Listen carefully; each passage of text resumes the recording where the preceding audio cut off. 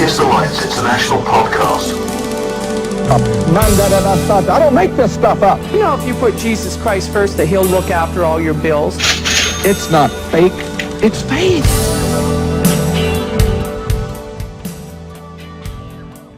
Hello, and welcome to the latest episode of the Atheist Alliance International podcast. I'm your host, Jason Sylvester. Joining me today are two writers, Britt and Jaaron Wingo, who've written a book called Christ Before Jesus, and they're here to present their findings. Now, just a warning to people, this is going to be a little more intellectual than some of our other discussions. So if you're into intellectual atheism and the history and textual criticism, then this is going to be a podcast for you. But this is not everybody's cup of tea. So just a heads up that this is going to be a little bit more intellectual than some of our other conversations as we get into some of their claims. Now, some of the claims they make are going to be a little controversial. I was thinking about this as I read through their book over the last few days.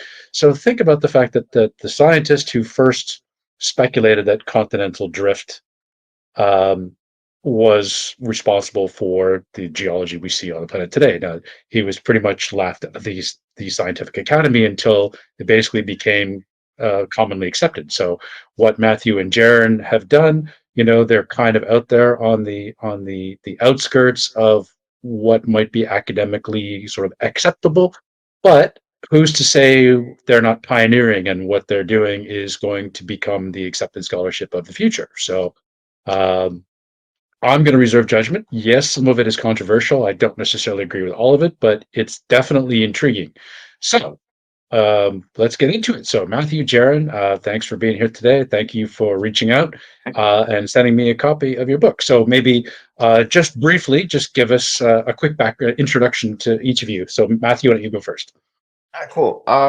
So my background's basically started in philosophy in undergrad, got a master's in public administration, then went into work at a nonprofit where I started kind of managing their databases, and it was a health careers type of thing. So a lot of student information, a lot of doctor information, and then moved up to director of that program for about 6 years. And I've always had an interest in this field, not just from like the religious perspective, but from the historical perspective. For me, this is a very historical project, regardless of one's religious beliefs or views on this. And yeah, we wrote this book, and it's been a great experience. Okay. So just this field. So we haven't explained what this field is yet. So, but we'll get into that. So, yes. Okay. Jaaron, so how about you introduce yourself? Yes. My name is Jaaron. I have a degree in economics and statistics. And my background, a little bit about me, is that, I was more or less a Christian missionary, so to speak. I've been on about 7 or 8 different mission trips around America, different states, different countries, and more or less, was heavily involved in the church. The son of a deacon in Southern Baptist church, and definitely raised in that particular community. I've been an atheist since age 21, so about 10 years ago, but started looking into the history of Christianity just, out of curiosity, out of concern for, historical kind of desire to learn. And that's what kind of led me towards, taking a look into the life of Jesus and the historicity of Jesus. Okay.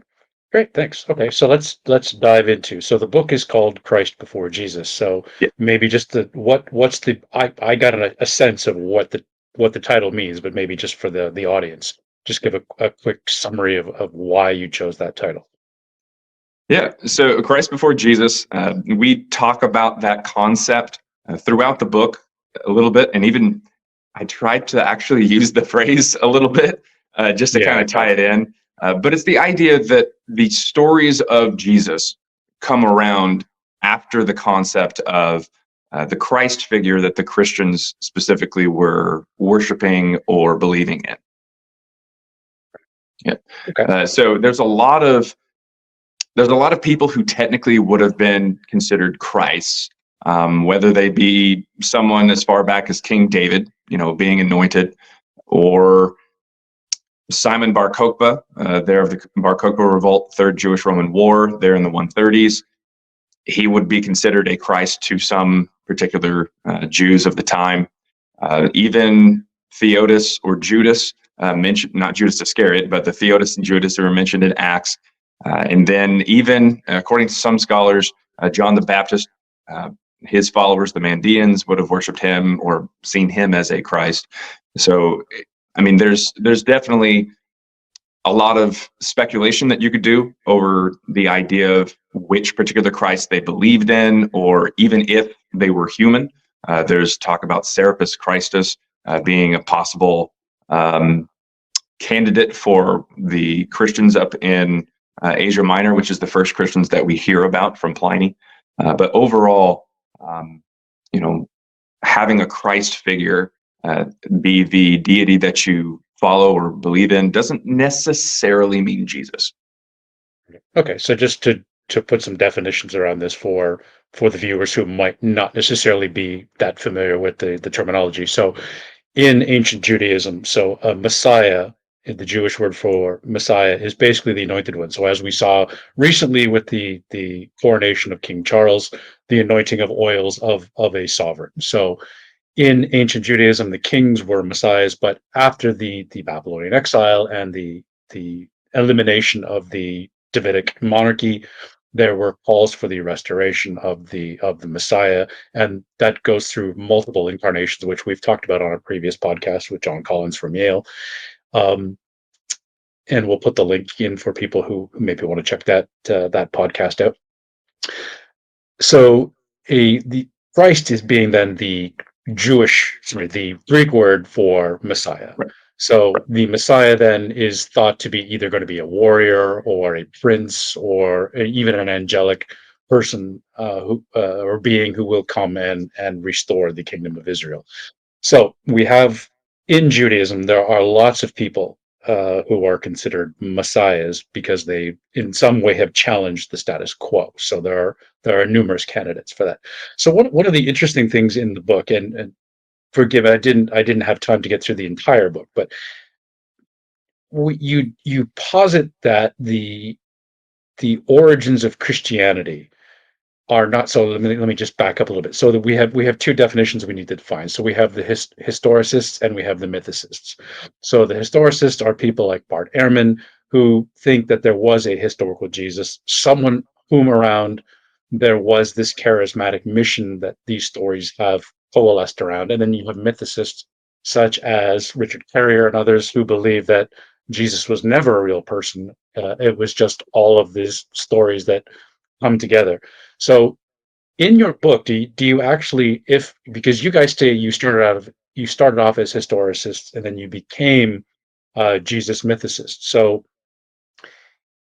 in that reading, then, if Jesus was not a real person but was was an amalgamation of all of these characters, where does the church come from then? Where do these people who emerge as Christians, where do they, how does this come about? I don't know if you talked about this in the book or not, or it's sort of an afterthought for me, is like, okay, if there was no real person, then how did this movement actually get started?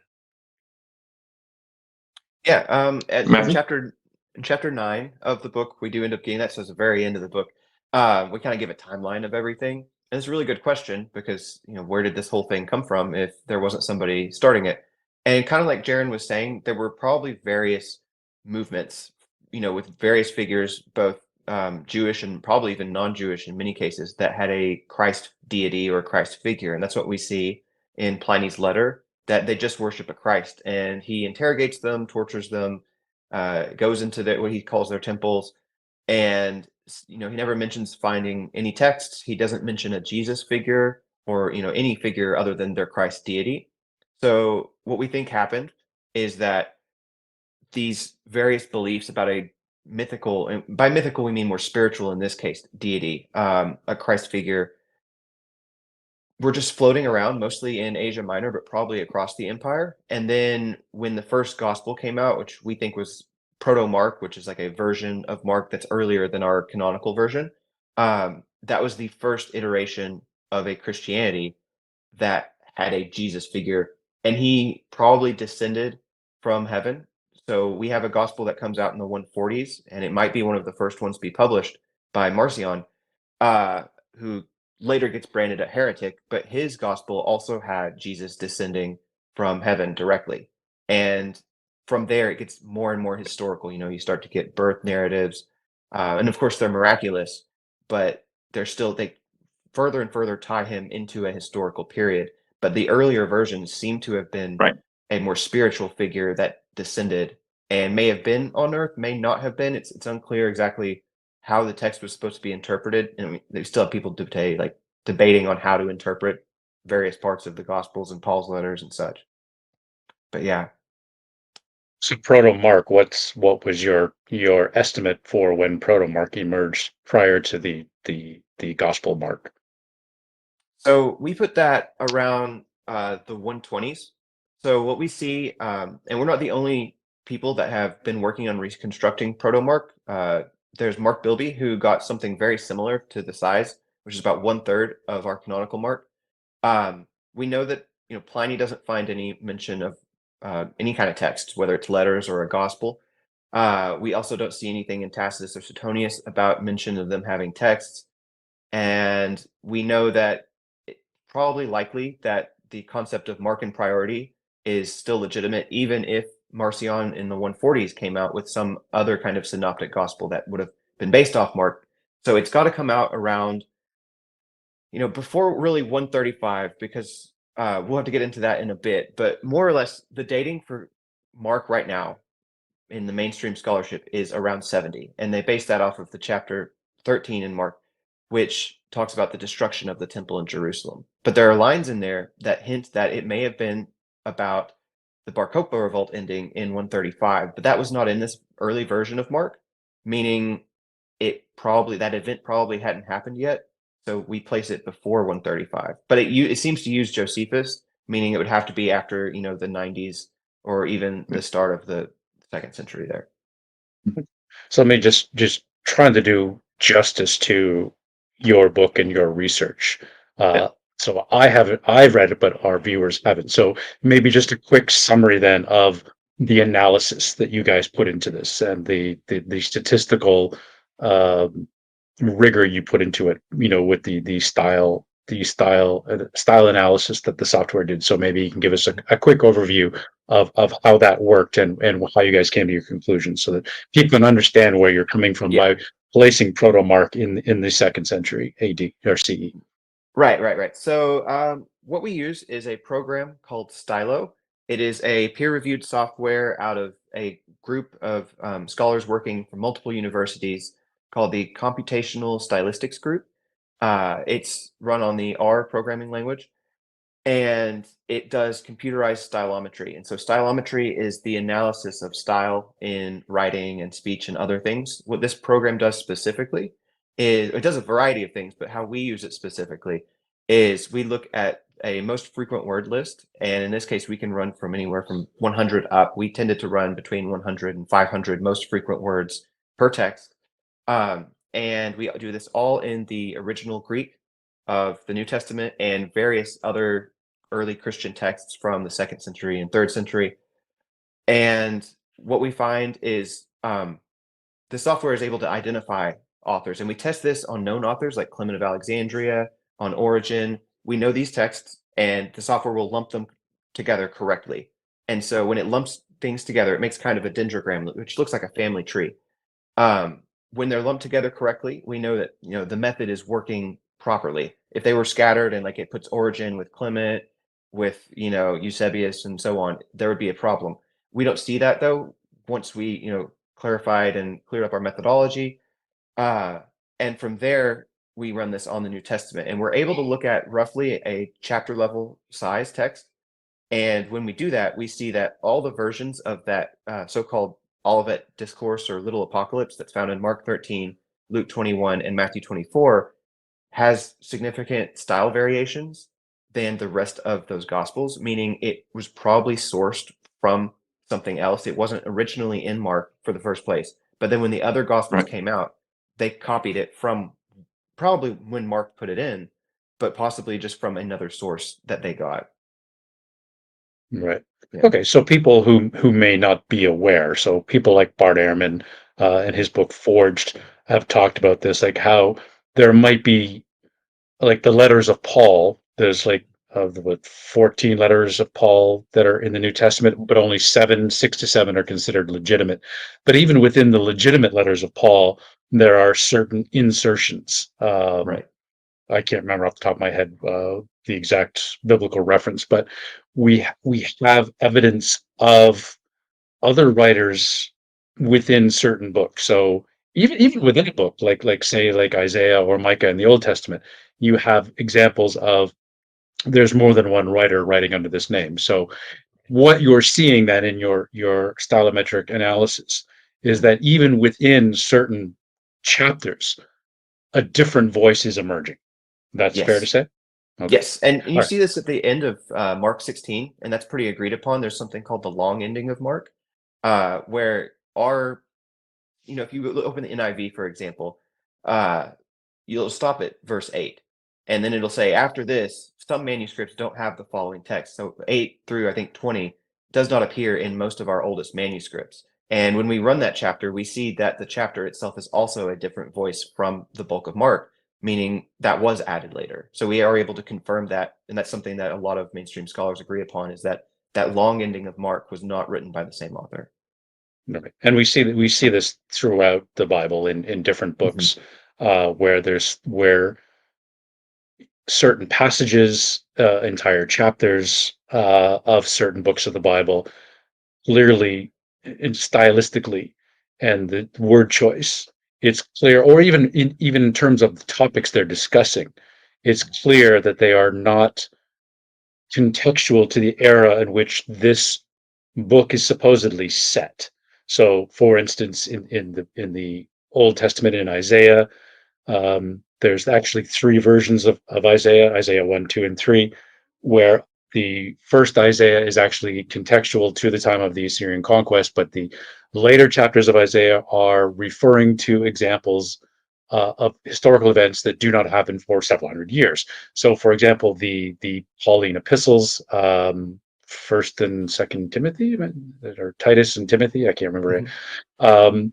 They're clearly discussing a hierarchy of an organized church which does not exist within the first century. So we see that kind of example showing up in the letters, like where the Pauline epistles, where they're discussing a situation which clearly does not exist in Paul's day. Okay, so you guys have run an analysis and you've come to the conclusion that the scholarly consensus is Matthew is 65, 70 around the destruction of the temple. Matthew, Luke come after the destruction of the temple, and then John is probably 95 to 100 CE. You guys are saying, and this is where we start getting kind of controversial, but where there's definitely something there, that you're hypothesizing that no, these dates probably are not accurate, that the New Testament canon as we understand it does not emerge until the second century AD. Right. And honestly, the logic they use in Right. a way isn't too far off from what we say. We say that Mark was probably first, and then, 10 to 15 Mhm. years later, there was a Luke or Matthew next, and then John is still the latest. We see things in John that just textually comment on or require the knowledge of the previous Gospels. So a lot of the scholarship still works. It's just the reference point that's used to date the Gospels is not in the original text and seems to be talking about events that happened in 135 using a backdrop of the 70 destruction of the temple, as a lot of other prophetic texts do. You're talking about the Old Testament, how like they still write as if it's about a certain thing, even though this later author is hundreds of years later. Sometimes in this case, we think they're using the metaphor of the destruction of temple to talk about the destruction of all of Judea. And they have references in there like those who are in Judea should flee in the mountains, but the destruction of the temple should have been pretty localized to Jerusalem, for example. And then there's other things like that, like a reference to the abomination of desolation, which refers to a statue being built, which is referring back to Daniel, where that happens. And that happens again, not at 70, but around 135 or so when Hadrian does that. in the temple or on Temple Right Mount. on the Temple Because Mount. the temple, Temple Mount. because the temple has already been destroyed 70 years before. Right. Right. And then Hadrian puts up a statue on Mhm. Temple Mount. Mhm. Okay, yeah. So you're referencing the Bar Kokhba. So the people who don't necessarily know the history, so the Bar Kokhba revolt was a Jewish revolt in the early 130s. So like roughly 132, 33 to 35, 36, in which the Jewish population is essentially dispersed. This is where you see the main Jewish diaspora and the eviction of the Jews out of Palestine into the Middle East and into Europe. This is also when Hadrian renames the area Palestine, correct? Yeah. Syria, Palestine. So okay, Right. all right. So your conjecture then is the books the books of the New Testament themselves, as we know them, the four Gospels, and even Paul. You mentioned this was interesting that Paul, the signs in Paul actually point to a BC Paul, not to a post Jesus Paul. So that is, I think, quite controversial. So Yeah. I would think that's probably going to be one of the hardest ones to back up. But it was intriguing that you guys pointed to the fact he's mentioning certain cities that was it Corinth that Corinth had Well, already he been mentioned around someone again. from Corinth. Yes. Okay. Yeah. Erastus. Yeah. Yeah. You're talking about like around 10 CE, the province gets divided and renamed. So why would Paul be writing to a city that political name no longer exists in the first century? Right. Yeah. So that reference is to the province of Illyricum, and Illyricum. Yeah, you said it. Around about 910 CE, it got split into two, and so if Paul is writing in the 50s, then I mean it would be 40 years away from that name being used for the province. So it seems a bit strange. Now that being said, while we do explain that there are a lot of things within the letters of Paul that could possibly point to a BCE Paul. Our overall take on Paul is that either there's some core of the letters that actually do come from that era, or someone very close to that era, which is BCE, or they're just really, really bad anachronisms trying to place Paul into a particular timeline, and just missing the mark by quite a bit. I mean, but even still, in the second century, you have quite a few different church fathers or church leaders who had a different view of like how old Jesus was, or when Jesus actually existed, how long Christianity had been around. And so it almost sort of kind of excuses some of the attempts to put Paul into BCE, because again, there was a little bit of confusion even within Christianity as to how old the religion was, when Jesus walked the earth, if he walked the earth. They're still fleshing it out. So when Paul was, when these letters, when we say that they were written in specific, it would have been pretty early into the development of Christianity. Okay. And so the main core of your book, Christ Before Jesus, is the Gospel of Marcion and its similarities, or what's the right word? Its parallels to the book of Luke, correct? Okay. So maybe just give us a quick background on who Marcion was and what your research points to. Yeah. So Marcion is from, and depending on who you are, you might have a different pronunciation of the word. We tend to call it Sinope. I think there's Sinop and a whole bunch of different takes on how to pronounce the hometown of Marcion. But that being said, Marcion's from northern Asia Minor, which is present day or modern day Turkey, up near the Black Sea. And he, at a certain point, reaches out to, or he comes down to Rome, the community of Christians, or the church in Rome, as it's put, in about the 130s or so. He shows up in Rome with a sizable donation to the church. And in his possession, he's obviously got some kind of copy of the Gospel of Mark, the proto-Mark, an early version of it. And eventually he does not see eye to eye with a lot of their beliefs, the Christian beliefs. And so he is more or less kicked out of the church. His donation is returned to him. And in 144, he publishes a canon that he calls the New Testament. He's the first to really use that phrase for the canon. And that would have been in 144. And that would have included Evangelion, which is the name of the gospel that he published, and 10 letters, I believe it's 10 letters of Paul. And yeah, I mean, it was definitely a very good starting point for the Marcionites, who were people who, followed him, students of him. And it was definitely deemed heretical from the rest of Christianity. But we are able to date that to 144. And so using Marcion as a bit of like a stake in the ground, so to speak, we're able to stop the circular reasoning that kind of says, oh, well, this book is dated using this book, which is dated using this book, which is dated using... It's the way to kind of stop the carousel from going round and round. We hold on to something firm, which is the dates of Marcion and his publication in 144. And you are correct. Yeah, in our book, we use the stylometric analysis to see that the Gospel of Luke definitely used the bulk of Evangelion for its content, from roughly Luke 4 all the way to about Luke 20, 21, somewhere in there.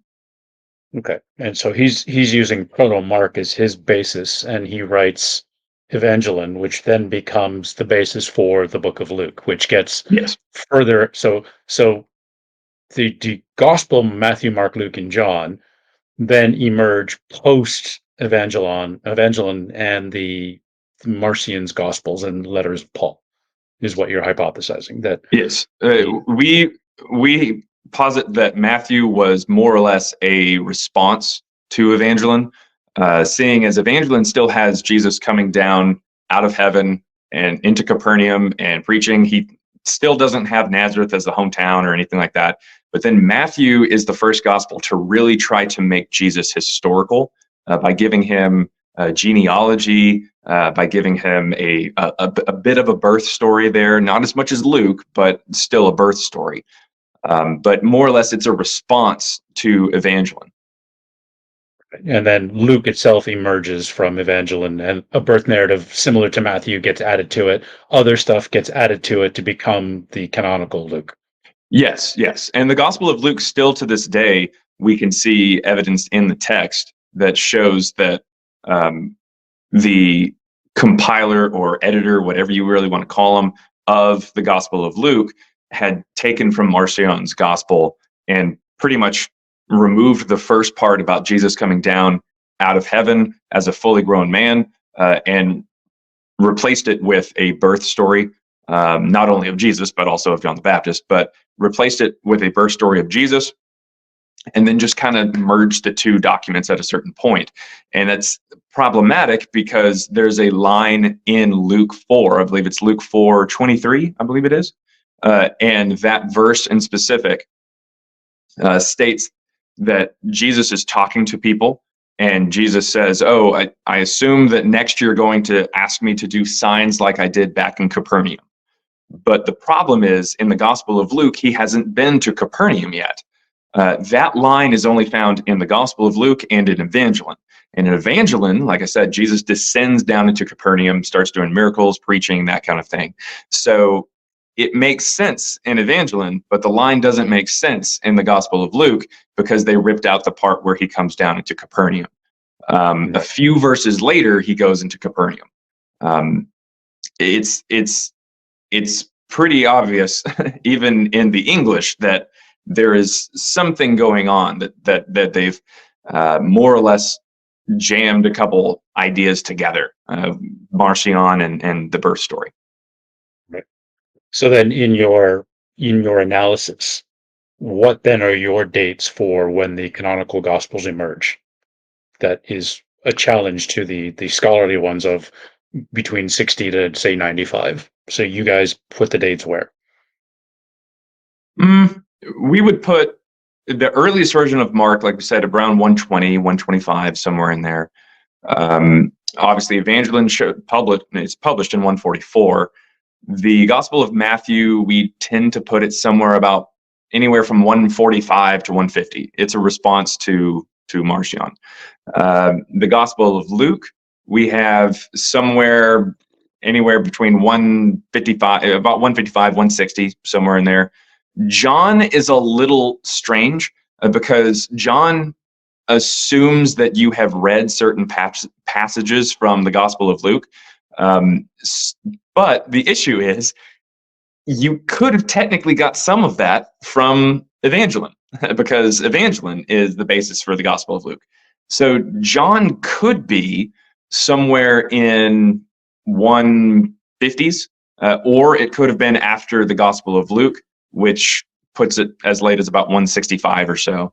But we do see names attached to the Gospels from Irenaeus or Irenaeus. They're about 180. So, and there starts to be attestations to them, quotes from these Gospels at a certain point. And so, you've got an end point. You've got a time that you can't put it past. Right. And that's where I was going to jump in and say that Justin Martyr is a really good second anchor, who he's writing in the 150s to 160s before he's martyred. And there are other quotes from Gospels that are scattered here and there, just like one-off lines. Justin Martyr extensively paraphrases Matthew, Mark, and Luke throughout his writings, including some of the content from canonical Luke, like just, I think, 2 or 3 verses. And you could say, those were taken from Justin Martyr, but it sounds like he's getting them from some text that he's reading. And these texts don't have names yet, which is why he doesn't say Matthew, Mark, and Luke. But he doesn't really seem to know any John content. So that's why we think the John Gospel, even if it had been written, it wasn't in Rome at the time. So that's going to be 150s to 160s. But his student, Justin Martyr's student, Tatian, includes John in his document called the Diatessaron, which is a harmony gospel that included all 4 of the current canonical Gospels. So that's a second kind of data point that we have, that, there are like one-off references here and there that just, they're really small, but Justin Martyr is the first to extensively claim written documents said these particular lines or something like that we find in the Gospels.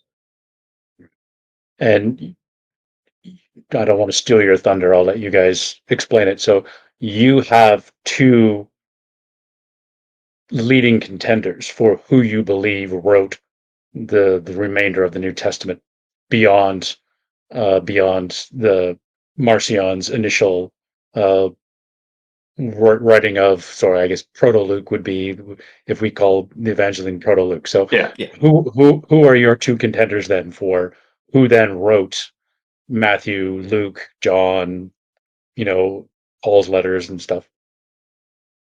Go ahead, Matthew. So it's more of a compiler, but because we do see different authors there, but we think that either Polycarp or Irenaeus, who claim to have known Polycarp or be his student, and they appear, more or less 150s to when Irenaeus writes his Against Heresies in around 177 to 183. They're the first to mention or quote Acts. Irenaeus in Against Heresies has an extensive section against Marcion, claiming that he stole the Gospel of Luke, more or less. He also really builds up the characters of Mark and Luke, and is extensively quotes Acts. There are dozens of quotes from Acts in his works, and before that, almost nobody mentions it other than Polycarp. And we only find mention of Mark and Luke in Acts and in some of the letters that most scholars consider to be inauthentic Pauline letters even today, because like you said, only 6 or 7 are accepted as authentic. 2 of the 3 references to Mark and Luke are found in the inauthentic letters. Um, and we mentioned that Mark is possibly derivative of something like Marcion's name. Marcion's name would have been pronounced Markion, and he had a student named Lucan or Lucian. It probably wasn't specifically those people who wrote it, but there are traditions that were around when he collects these 4 gospels and gives them names that he probably is kind of winking or nodding at it. Yeah. And this lines up to another reason we put this date is because if you read Luke 1, there's a reference to a Theophilus who Luke is being addressed to. Same with Acts. A lot of people have wondered, is this Theophilus like a general God lover? Because that's what it means is, Theo and Phyllis. But it seems like if you use our dating, you actually have a person it's written to, and it starts to just make things line up. And in there, he even says, I'm taking this from other sources. I am, reordering it, which, Jaaron was referencing. We get a reordering there in Luke 4. So it looks like one of those 2 people are top contenders. And we're not the only to posit that they compiled the New Testament. David Trobish is another scholar who puts Polycarp as the top candidate for it. So we're not completely on our own out here on some of this right here. So my reading of your book was you were suggesting that Irenaeus and Polycarp were the ones who wrote Luke, Acts, maybe some of the other letters, or did I misread that? No, Or no, that's you're correct. actually suggesting, okay. Yeah, and then they would have compiled the rest. They didn't write all of the rest, so to speak. They might probably very likely edited it, because we do see traces of what looks like Polycarp in the pastoral letters, which you had mentioned, First Timothy, Second Timothy, and Titus, which are considered the latest letters of Paul. We see, like you said, pieces of like that kind of theology just kind of stuck in other letters. A good example is in Colossians. Colossians isn't considered an authentic Pauline letter usually, but it's considered earlier than the pastorals. But then at the very end of Colossians, you see this section that looks like it's almost cut and pasted from one of the pastoral letters, talking about like the submission of women and things like that, which otherwise Paul doesn't talk about it very much Right. in his authentic letters. Yeah. Right. Okay. Yeah. So is it just Luke and Acts that Irenaeus and or Polycarp wrote, or do you think he wrote some of the other canonical books of the New Testament? Or Well, just those? at the end of Second Timothy, we have Carpus mentioned near the very end, and that would have been part of the Latin name there for Polycarp, Polycarpus, and also his scribe, who is mentioned in some of the writings of Polycarp, Crescens. So Crescens is mentioned in Second Timothy as well, right around the same spot there at the end. And it was a common trope at the time to actually include the author's name at the end of a text in some kind of creative way. And in this particular regard, or in this particular case, who was it that was being asked to get a Yeah. So cloak? So in that letter, the author, which is ostensibly Paul, is asking for Carpus to return his cloak and Paul's letters and writings. The cloak is something that was used in other what's called epistolary fiction, which is basically just fictional letters, to have the author kind of shoehorned in there as like a cameo. That's not the first time that a letter in Greek had a author come in and deliver a cloak, because cloak being, I guess the concept might have been like, you see someone from behind, it's their cloak, that's them. But there's a great book from Patricia Rosenmeyer called Ancient Epistolary Fictions, which goes into extensively how like the way people learned to write back then was to get in the mindset or like the persona of a historical or mythical character and write from their perspective. That was literally one of the things they used for training. So we've got letters from like the wife of Hercules, and people like that, which they didn't exist. It was just practice. But we also have other, there are letters from Plato, which most scholars don't agree all of them are authentic. It was just a common practice to do this type of thing. And we see that in Paul. And then in this case, we see a direct trope being lifted from that general type of fiction, referencing an abbreviated version of what looks like Polycarp's name, and then mentioning his scribe Crescens, who only appears in all of New Testament studies for like that century as the name of a heretic in Justin and or not a heretic, like a cynic, and then Polycarp's scribe in Polycarp to the Ephesians, or not the Ephesians, the Philippians. He shows up and he's his assistant or his scribe. So, and then in First Timothy, we also get a reference to Marcion's text called Antitheses and Gnosticism, which Gnosticism is supposed to be a 2nd century movement, but there's direct reference to so-called Gnosticism in the Greek. So. Yeah. In the Greek, I mean, anybody could look at an interlinear Bible and see that, I believe it's 1 Timothy 6:20, I think it is, that actually states in the Greek to stay away from antitheses. But we translate it into English, we say stay away from inane babblings or nonsense. Right. But the Greek word is specifically antitheses, which is a book that Marcion came out with that explained his theology. Right. Okay. So you've got basically Luke and Acts written by, say, probably Irenaeus, and then he's compiling all of the other writings into the New Testament canon. Okay. All right. So so I mentioned at the beginning, you guys started off as historicists, that there was a historical Jesus, and now you're mythicists. So one of the interesting points, I did not know this. This was new for me. You mentioned that Nazareth. He says there's no garbage dumps, no buildings dating to the early 1st century, no contemporary lists, documents, or maps containing the name of the city. So that was new for me. That I had not heard that before. That Nazareth does not show up in the contemporary period of when Jesus was supposed to have existed as a town in that period. So this is again a 2nd century, or like late, maybe post-temple destruction, where Nazareth becomes a town. Right. That shows up in the archaeological record. Right. I mean, the first mention whatsoever of any place even remotely called Nazareth or anything like that comes from the Christians. Evangeline, published again in 144, it mentions Nazareth, but it doesn't. I mean, it doesn't have. It mentions a town called Nazareth, but it doesn't have Jesus coming from Nazareth. Jesus is very clearly, his hometown is Capernaum in Evangeline.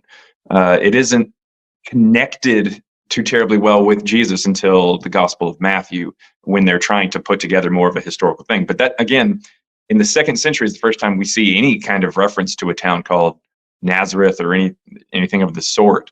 It actually doesn't show up in any non-Christian sources until I think the 300s or the 400s. Like it's just not. It doesn't really show up very very quickly. And again, Josephus he was a Jewish general in the First Jewish-Roman War, born in 37. He's from Galilee, and he lists tons of towns in his book, or in his books, his different books, the Wars of the Jews, Antiquities of the Jews, his autobiography, Vita, or Life of Flavius Josephus. But he never mentions Nazareth. He talks about a town called Sepphoris, which is just a small town, and it shows up on lists and maps from the time, but Nazareth doesn't show up. Yeah, and I know there's go ahead.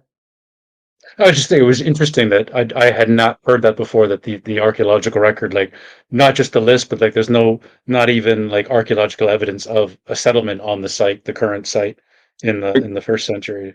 Correct. They do. And this is something that we run into quite a bit. So there has been reports. There have been reports about people finding coins or people finding pieces of pottery But unfortunately, when these findings are made, they say, "Oh, this could date to," and then they kind of give quite a bit of a range. But over time, historians take a look at these things, and the dates end up getting more exact, I guess, or not exact per se, but a little more localized to a particular time. And it's it's never going the direction of the historicist there. It's going later. And that was something that we see even with, say, the earliest manuscripts that we have of the book of John or anything from the New Testament, which, some of your viewers may be thinking, wait a minute, these guys are saying the Gospel of John shows up in like 160. Don't we have a manuscript that dates to 125? And the answer is no, we don't. When P52, which is the fragment of the Gospel of John, which is the earliest fragment that we have, or the earliest piece of a manuscript that we have for any of the New Testament, when P52 was first found and kind of sort of dated, they used paleography to date it, which is the study of handwriting, and they put it between 125 to 175. However, the John Rylands Library, which is where P52 is housed, has actually come out and said, while yes, it is still the earliest manuscript or earliest fragment that we have, it's actually dated to closer to 200. So what we hear a lot whenever we're, say, doing a Q&A session on TikTok Live, or we're doing some particular presentation at a university, we hear people talk to us about, oh, well, they dated this to 125. And it's like, no, the problem is they come out and they say these dates, but then things get moved as we learn more about it. And so when pottery or coins or something is found in the site of Nazareth, or where they believe Nazareth, Old Town Nazareth was, or ancient Nazareth was, all of the sudden people start to jump and run towards that and claim that that is the end all says all. But then over time we learn that it's actually something that's quite a bit later. That's one of the things I was thinking about earlier, that this type of scholarship is dynamic, it's evolving, whereas Right. theology, religious beliefs tend to be locked in stone, that this happened in this particular time. But Very true. scholarship is constantly evolving, and that's where I was alluding at the beginning, that something like plate tectonics and continental drift was kind of laughed off by scientists, and now it's the accepted not solution, the accepted sort of answer. So Right. there's no reason why, while you guys are kind of out there on the fringe, there's not to say that you're wrong and that it won't become accepted in time as more and more evidence continues to come in from better carbon dating of these scraps of papyrus and analysis and things like that. So again, like the stylometric analysis, like big data, and being able to run these Greek texts through a stylistic analysis program, and being able to compare it against the writings of other people. So while it's certainly controversial, it doesn't necessarily mean it's wrong. I certainly can see that you've got some science behind it. We've talked offline. You've reached out to some other scholars like Bart Ehrman to verify what you guys have found and are still waiting to hear. So it's definitely, yeah. So you started off as historicists, and then you say you're mythicists. So that's because things like Nazareth doesn't exist. The Christ theory, there's multiple Christs, not just one. So was there a key moment for each of you where you kind of went, no, I'm a mythicist now, or was it just That's a really good question. Well, you can be thinking about that. I'll go ahead and give it a shot. For me, and Jaaron is probably going to use this one, so I'm going to go ahead and steal it. Is we started like just researching, and then eventually we need something more objective, which is the stylometric analysis, because it's a computer that's running this mathematical equation on text, and it's not us like saying, well, this word seems to mean this in this text, and so on. So we run that, and we start seeing these weird things that they don't line up with what a first century text would be, or they're lining up with second century documents. Like we see some overlap with Ignatius and some of Paul's letters, for example. And I joked to Jaaron, like, what if this is all in the second century? And then it turns out like some people like, just the other night I found something by, his name's Jacques Savoy. He's a Swiss scholar who more or less, he has our findings on Paul, that most of the Paul stuff is not actually by the same author, has it peer reviewed in a computer science journal. But yeah, I was thinking, if this is all second century, then what it looks like is our first reference to Christians and Christianity is just a vague mystery cult kind of reference. It looks just like you see things like the cult of Mithras and stuff like that. And there's no indication that, a lot of these mystery cults were based in historical figures. It looks like the trend was a deity, and then eventually the Christ label got stuck to a name, and then from there it just built up. I was more skeptical of the mythicist position up until towards the stylometric analysis came out, and then when I said if these texts are second century, then the references to a historical Jesus come after references to a Christ deity. And what about you, Jaaron? For me, I think the light bulb moment was Nazareth. I mean, in all honesty, because the biggest thing for me was, not only is there this huge argument from silence, right? But the issue is that in the Gospels, Nazareth is played up, in the canonical Gospels, Nazareth is played up as this really terrible place, or not really terrible, but people look down upon it, but it's also somehow part of a prophecy. Like it just doesn't really line up. Again, there's no evidence whatsoever that it's a place in the first century. We don't see any reference to it. It just wasn't a place. It just wasn't. We don't have anything from it. But at the same time, Matthew, the Gospel of Matthew, it states that Jesus moved to Nazareth with his family after coming out of Egypt, during the whole Herod massacre of the innocents thing. They hide in Egypt and they go to Nazareth afterwards. And it says he moves to Nazareth so he can be called a Nazarene according to the prophets. So in other words, Nazareth is apparently part of a prophecy. But not only do we not have anybody living there, or any proof that anybody lives there, or anything like that in the first century, which is strange, because if it'd be something from prophecy, you'd think that everybody would move there so their kid could be the Messiah. But on top of that, if it's from a prophecy, why are so many people saying what good can come from Nazareth? And it's like, what are you talking about? Yeah, it's in a prophecy. Apparently it's a very important place. A lot of good. The Savior of mankind can come from Nazareth. So why are you talking crap about it? But there's nothing on the in other the Old hand, Testament that refers to this. There's no actual passage we can point to. There is nothing. There is not a single reference in the Old Testament to a town called Nazareth. The closest at all that anything can get is, I believe it's Samson, who is said to be, it says that he is going to be a Nazarite from the womb. But that's the Nazarite vow. That doesn't mean that he's born in Nazareth. It has nothing to do with it. We know what the Nazarites are according to the Old Testament, but that's not someone from Nazareth.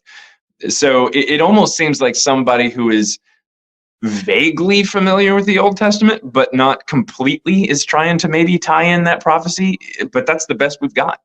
But what my point is that a lot of people have said, oh, Nazareth was like a really, really small town. That's why we don't see much archaeology from it. That's why it's not even on the maps. That's not why no one lists it or anything until the second century. It's a really small hamlet of a couple families. But in the Gospels, it's big enough to have a synagogue. It has a lot of men to mob Jesus, and a bunch of people apparently know about it because they say, what good can come from Nazareth?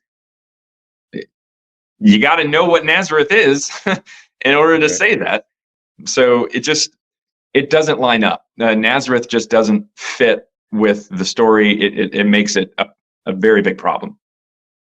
Okay. So just to tie it all together now, we've been talking for about an hour now. So I Yeah. want to tie it together. I want to bring it back to what I mentioned earlier. And Matthew, you used a key phrase there that I think is key. So at the beginning, I asked it, where does then Christianity come from? And Matthew, you just mentioned, like, there was all these mystery cults. So it sounds then that what you guys are hypothesizing is there was multitude of mystery cults, but then suddenly in the second century, one of these mystery cults then emerges with a proto Christianity, with proto Mark, with the letters of Marcion and other cults. So it's essentially coming out of a mystery cult of some sort of spiritual deity, messianic deity. Right. Yes, and it was likely infused with Jewish elements because we know that there were a lot of Jewish diaspora even in like the first century in the area that Marcion's from, Pontus and Bithynia, which is also where we find that first reference from Pliny. He was the governor of that region in modern day northern Turkey. Um, and they had these texts that a lot of them probably didn't use because most of them weren't Jewish, but maybe a few, moved into the mystery cult from Judaism. And we see, yes, like for example, baptism was a ritual practice in Judaism, but it was also an initiation rite in a lot of mystery cults. We see a lot of overlap with mystery cult practices, especially in Paul. Um, and, like a communal meal, for example, things like that. And it also ties into the general theme of Mark of how, in Mark, Jesus is telling people, I speak in parables so they don't understand. People don't know who Jesus is. There's kind of this air of mystery about him. And that's the theme that, a lot of modern scholars pick up on just in the canonical text too. So probably what seems to have happened is that this one of the branches of this mystery cult had a number of Jewish elements in it, had this Christ figure, and then eventually a story, possibly even like an initiation play, became something like Proto Mark, and then that got picked up by Marcion. And when it got to Rome, by the time his gospel came out, it had a lot more historical detail. And from there, we get Matthew, who is really interested in tying it into history. And from there, by that point, you've got a generation of people who have believed this was a historical tale at that point, and then it's history. So The idea of a mystery cult that becomes Christianity, coming about and around the turn of the second century, maybe a little afterwards, is definitely pointed to by the fact that I think the first the first Christian father, or the first church father that we have, who was a child convert that we know of, was Irenaeus. And he's writing in 180. He would have been born somewhere about 120, 130, somewhere in there. But everyone else is they're adult converts. Anytime that we hear about the conversion of these people, they're adults whenever they're converted. And that just doesn't seem to be something like, if you've had a religion since the crucifixion of Jesus in 30, why you would still be elevating people who were adult converts to positions of authority and power in your religion seems odd in the second century. 100 years later, you're still putting people who just switched to Christianity and as bishops. That just doesn't make much sense. It would make more sense that this was a fairly recent development, a fairly recent religion. But when Pliny, when he talks about the Christians that he finds up in his region that he was governor of, he describes them as pretty nice people. That they share resources, they share money, they share food, they get together, they sing songs, and if they lend you money, they won't pester you to try to get it back. I mean, he's saying some nice things about them at the same time that he's torturing them, unfortunately. But the depiction that he kind of paints of Christianity is very similar to a group called the Therapeutai, which was a sect of Judaism that is talked about in Philo. Philo talks about them there near the beginning of the first century. and they were in Alexandria by Lake Merodas. They were like a small, like a Jewish cult, so to speak. They lived on basically a commune and got together once a week to meet and share a meal. And they read from the scriptures, the Old Testament. And that was actually something that probably evolved into Christianity. So much so, and it was so obvious that even the Christian writers, some of the Christian writers actually, specifically Epiphanius, he actually claimed them as the first Christian monks, despite the fact that they would have been around prior to Christianity. But he claimed that they were actually Christians because they were so incredibly similar to what Christians were. That's probably a pretty good source of where a lot of their beliefs and practices came from, was the Therapeutai. Cool. Great. Okay. Well, we've been chatting for an hour now, so should probably wrap it up. So, want to thank you guys for coming on and sharing your insights. Any parting words of wisdom? You something you're just dying to get off your chest, or we've covered all the main points? We covered a lot of stuff. There's definitely a lot of scholarship out there that is emerging. There's a lot of work on Marcion that's been coming out. Jason Badun's work on reconstructing Marcion's gospel has been really great. Matthias Klingart is another. Marcus Vincent does a lot of really good work, and he dates a lot of this to the 2nd century as well.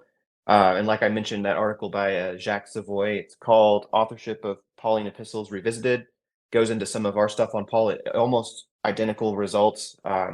So there's stuff out there that's definitely some good reading if you're interested in kind of looking at it from this angle.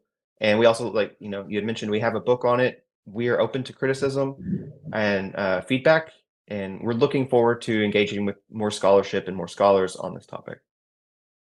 Absolutely. The only thing that I would say is, if you agree with us, check out our book, Christ Before Jesus. And if you disagree with us, check out our book, Christ Before Jesus.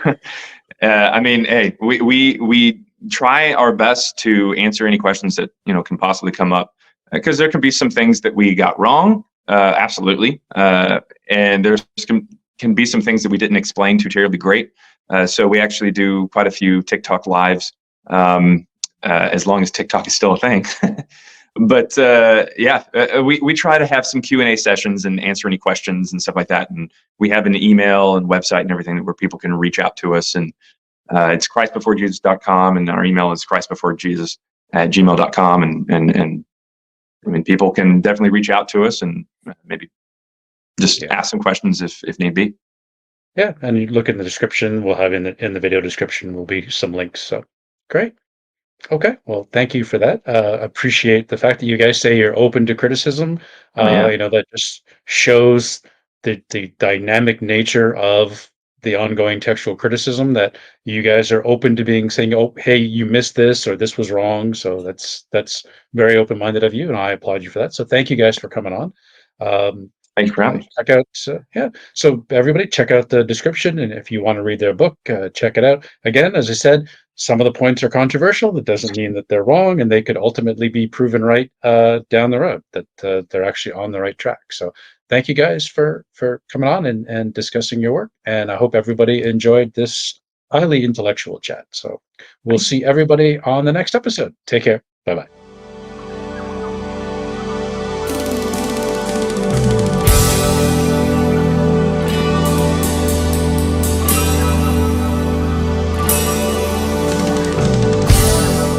Okay, thanks for listening, and don't forget we're on YouTube, so follow us on YouTube. Just search for Atheist Alliance International, and please subscribe and hit that notification bell. We're also on all of your favourite podcast platforms, so make sure that you follow us on there as well. See you next time.